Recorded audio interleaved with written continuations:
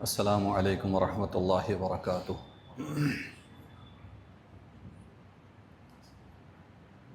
الحمد للہ وحدہ والصلاة والسلام علی من لا نبی بعدہ۔ اشہد ان لا الہ الا اللہ وحدہ لا شریک لہ واشہد ان سیدنا وحبیبنا ومولانا محمدا عبدہ ورسولہ۔ اما بعد فقد قال اللہ تعالی فی کلامہ المجید اعوذ باللہ من الشیطان الرجیم بسم اللہ الرحمن الرحیم۔ یوم تقلب وجوہہم فی النار یقولون یا لیتنا اطعنا اللہ واطعنا الرسول وقالوا ربنا انا اطعنا سادتنا وکبراءنا فاضلونا السبیل ربنا آتهم الضعفین من العذاب والعنهم لعنا کبیرا۔ صدق اللہ العلی العظیم وصدق رسولہ النبی الکریم ونحن علی ذلک من الشاہدین والشاکرین والحمد للہ رب العالمین۔ رب اشرح لی صدری ویسر لی امری واحلل عقدۃ من لسانی یفقہ قولی رب زدنا علما نافعا وایمانا کاملا وعملا صالحا متقبلا وشفاء من کل داء وصلی اللہ تعالی علی خیر خلقہ محمد وعلی آلہ واصحابہ اجمعین برحمتک یا ارحم الراحمین۔ محترم مکرم و معزز سامعین کرام، قرآن کریم کی سورہ احزاب کی میں نے آیت نمبر 65 66 تلاوت کی۔ اللہ تبارک و تعالیٰ کا فرمان ہے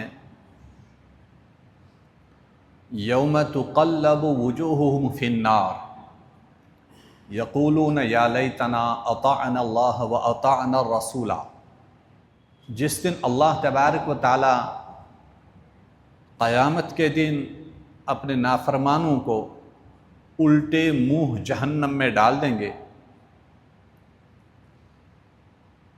تو اس وقت وہ نافرمان لوگ کیا کہیں گے؟ یقولون یا لیتنا اطعنا اللہ واطعنا الرسول۔ ہائے افسوس، اے کاش کہ ہم نے اللہ تعالیٰ کی اطاعت کی ہوتی اور حضرت محمد رسول اللہ صلی اللہ علیہ وسلم کا کہا مانا ہوتا، اس پہ عمل کیا ہوتا، اسی کے مطابق زندگی صرف اور بسر کی ہوتی، تو آج ہمیں یہ دن نہیں دیکھنا پڑتا۔ پھر جب جہنم میں پھینکنے کا وقت آئے گا، اس وقت وہ اللہ تبارک و تعالیٰ سے درخواست کریں گے، پکاریں گے ان لوگوں کے خلاف جنہوں نے ان کو گمراہ کیا، جن کے ساتھ وہ رہ رہے تھے، انہوں نے ان کی رہبری نہیں کی، رہنمائی نہیں کی، ان کو اچھا راستہ نہیں دکھلایا، اور پکار کر کہیں گے ربنا انا اطعنا سادتنا وکبراءنا۔ او ہمارے پالنہار، ہمارے پروردگار، ہمارے رب، ہم نے اپنے سرداروں کی اور اپنے بڑوں کی انہی کی اطاعت کی ہے، انہی کا کہا مانا، وہ جس طرح کہتے تھے ہم اسی طرح کیا کرتے تھے۔ فَأَضَلُّونَ السَّبِيلَ، انہوں نے ہم کو راستے سے بھٹکا دیا، انہوں نے ہم کو گمراہ کر دیا، انہوں نے ہم کو راہ راست سے دور کر دیا، انہوں نے ہم کو دین حق سے دور رکھا۔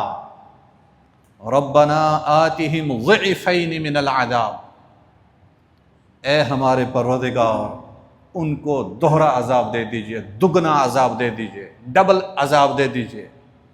آتِهِمْ ضِعْفَيْنِ مِنَ الْعَذَابِ وَالْعَنْهُمْ لَعْنًا كَبِيرًا، اور ان کے اوپر اپنی بڑی پھٹکار نازل کر دیجئے، اپنا غضب نازل کر دیجئے، اپنا قہر نازل کر دیجئے، ان کو اپنی رحمت سے دور کر دیجئے، اسی طرح جس طرح انہوں نے ہم کو گمراہ کر کے آپ کی رحمت سے دور کر دیا، دور رکھا۔ دنیا میں ہم بھی اوقات صرف کر رہے ہیں، ہمارے ماں تحت بھی بہت سارے لوگ ہیں، ہمارے بچے ہیں، ہماری بچیاں ہیں، ہماری اہلیہ ہوتی ہیں، ہمارے ساتھ ہماری ماں رہتی ہے، ہمارے ساتھ ہمارے والد رہتے ہیں، ہمارے ساتھ ہمارے عزیز و اقارب رہتے ہیں، اور ہم بھی کسی کے پرورش میں زندگی بسر کر چکے ہیں، ہم بھی کسی کی کفالت میں اپنے اوقات بسر کر چکے ہیں۔ قرآن کریم تو اعلان کرتا ہے یا ایھا الذین آمنوا قوا انفسکم واہلیکم نارا، او ایمان والو اپنے آپ کو اور اپنے اہل و عیال کو جہنم کی آگ سے بچاؤ۔ اس کا مطلب یہ ہے کہ ہم تمام کو بحیثیت ذمہ دار اپنے گھروں میں بھی ذمہ داری کے ساتھ زندگی صرف کرنی اور بسر کرنی ہے، اپنے اہل خانہ اپنے بچوں کا خیال رکھنا ہے۔ ایک واقعہ میں پڑھ رہا تھا،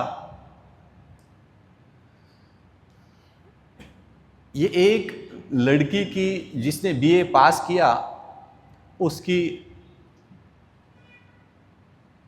اپنی زبان سے بیان کردہ ایک داستان ہے۔ BA پاس کر کے خطبات میں لکھا ہے، وہ ایک جامعہ میں گئی، جامعہ عربی میں جامعہ کا مطلب ہے یونیورسٹی، جس طرح بچوں کا مدرسہ ہوتا ہے، بڑا مدرسہ ہو جس میں سارے سبجیکٹس عربک کے پڑھائے جا رہے ہوں۔ وہ اپنی زبان سے بیان کر رہی تھی کہ وہ چلی گئی اس جامعہ میں، جامعہ میں جانے کے بعد وہ پرنسپل صاحبہ کے پاس چلی گئی اور اس کے سامنے اپنے بات رکھی۔ کیا کہ میری امی جان میرا نکاح کروانا چاہتی ہے۔ اس وقت ان کی عمر تقریباً 22 سال ہو چکی تھی۔ میری امی جان میرا نکاح کروانا چاہتی ہے۔ تو جامعہ کے اس مدرسے کی جو ہیڈ تھی، انہوں نے کہا اب آپ کا مطالبہ کیا ہے، کیوں آئی ہو؟ ٹھیک بات ہے۔ تو اس لڑکی نے اس پرنسپل صاحبہ سے یہ پوچھا کہ مجھے غسل کے احکامات، غسل کے مسائل سمجھائیے۔ تو وہ جامعہ کی جو پرنسپل صاحبہ تھی، ہیڈ تھی، انہوں نے کہا آپ کی عمر کتنی ہے؟ تو اس بیٹی نے، اس لڑکی نے کہہ دیا کہ میری عمر تو 22 سال ہو چکی ہے۔ کہا 12 یا 15 سال سے بالغ ہو چکی ہے، تب سے آپ تو غسل کر رہی ہوگی، نہا رہی ہوگی۔ اس نے کہا ضرورت پڑتی تھی، میں تو عام جس طرح نہاتے تھے اسی طرح میں بھی نہا لیتی تھی، مجھے غسل کے احکامات پتہ نہیں ہے۔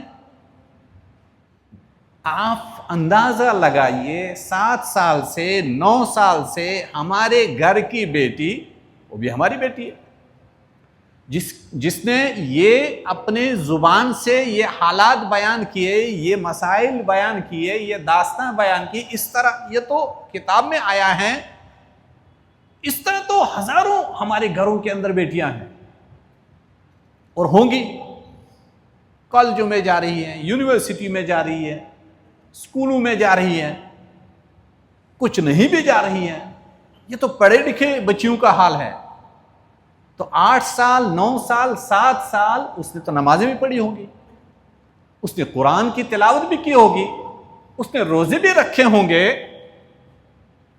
اس نے دوسری عبادات بھی کی ہوگی۔ جب غسل ہی صحیح نہیں تھا تو وہ عبادات کہاں پہنچی؟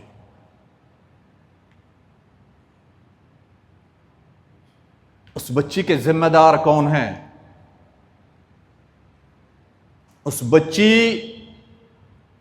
کہ اس غلطی کے ذمہ دار اس کے ماں باپ ہیں۔ ہم گھر کے بڑے ہیں جو اپنے بچوں کو نظر میں رکھ رہے ہیں، ان کو ضروری مسائل سے واقفیت نہیں کروا رہے ہیں، وہ کہاں جاتی؟ پڑوسیوں کے یہاں پوچھ لیں۔ قرآن تو اسی کو بیان کر رہا ہے کہ یہ بچے قیامت میں آپ کا گریباں پکڑیں گے، اللہ کے سامنے مقدمہ دائر کریں گے کہ اے ہمارے پروردگار، ہمارے ماں باپ نے ہم سے یہ کہا کمپیوٹر کا کورس مکمل کر لو، ہم نے کر کے دے دیا۔ انہوں نے کہا آپ کو ڈاکٹر بننا ہے، ہم نے نیٹ کا ایگزام کوالیفائی کر کے دے دیا۔ بچے کہیں گے انہوں نے کہا انجینئر بننا ہے، ہم تو کر کے ہم نے دکھا دیا۔ ہمیں انگلش، فزکس، کیمسٹری، میتھمیٹکس جو بھی کہا گیا ہم نے پورا کر کے دے دیا۔ جس لائن پہ ماں باپ نے لگایا ہم نے تو وہ کر کے دے دیا۔ ہمیں کبھی ماں باپ نے یہ نہیں کہا قرآن یاد کر کے دکھاؤ، غسل کے فرائض کیا ہیں، وضو کے فرائض کیا ہیں۔ اے اللہ، اگر ماں باپ نے یہ کہا ہوتا، جہاں ہم نے بہت سارے پیچیدہ چیزیں جو لوگوں کی نظروں میں پیچیدہ چیزیں تھی وہ ہم نے کر کے دے دی۔ اے اللہ، تو نے تو دین کو بڑا آسان بنایا تھا، اس کا سمجھنا، اس پہ عمل کرنا ہمارے لیے کوئی دشوار نہیں تھا، لیکن ماں باپ نے اس کی ہمیں تلقین کبھی کی ہی نہیں۔ یہی بچے کہیں گے ربنا انا اطعنا سادتنا وکبراءنا، اے ہمارے پروردگار، ہم نے اپنے سرداروں کی، اپنے بڑوں کی اطاعت کی، جیسا انہوں نے کہا ہم نے کیا، لیکن کیا فَأَضَلُّونَ السَّبِيلَ، انہوں نے ہم کو راہ سے بھٹکا دیا۔ قیامت میں جس کا حساب و کتاب تھا اس کی تعلیم ہی نہیں دی، قبر میں جس کا حساب و کتاب اور سوال جواب تھے اس کی طرف کبھی دھیان ہی نہیں کروایا، جس کے اوپر جنت و جہنم کا فیصلہ ہونے والا تھا کبھی ادھر توجہ ہی نہیں کروائی، ان چیزوں کی ہماری زندگی میں اہمیت پیدا ہی نہیں کی۔ فَأَضَلُّونَ السَّبِيلَ،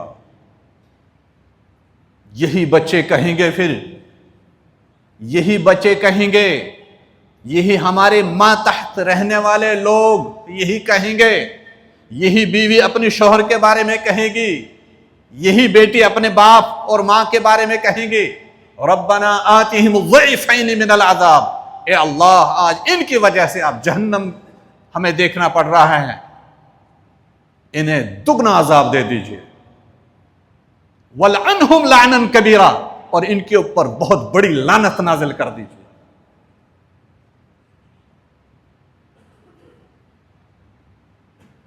آج ہم کس خواب غفلت میں ہیں؟ ہم سوچ رہے ہیں چلو ہماری دنیوی زندگی تو نکل رہی ہے، ہم بچوں کو کھانا دے رہے ہیں، کپڑا دے رہے ہیں، بس بہت بڑی ذمہ داری پوری کر رہے ہیں۔ قرآن کہتا ہے یا ایھا الذین آمنوا علیکم انفسکم لا یضرکم من ضل اذا اہتدیتم، اے ایمان والو آپ کو اپنے آپ کی فکر رکھنی ہے، آپ کو اپنے اعمال کا حساب و کتاب دینا ہے، لیکن کب؟ پہلے امر بالمعروف اور نہی عن المنکر کرو، آپ کے بچوں کو تعلیم اور تربیت کرنے کی فکر رکھو، وہ نہیں مانیں گے لا یضرکم من ضل اذا اہتدیتم، آپ کا کام ہے ان کو کہنا، ان کی تعلیم کا انتظام کرنا، ان کی تربیت کا انتظام کرنا، ان کے لیے فکر مند رہنا، وہ نہ مانے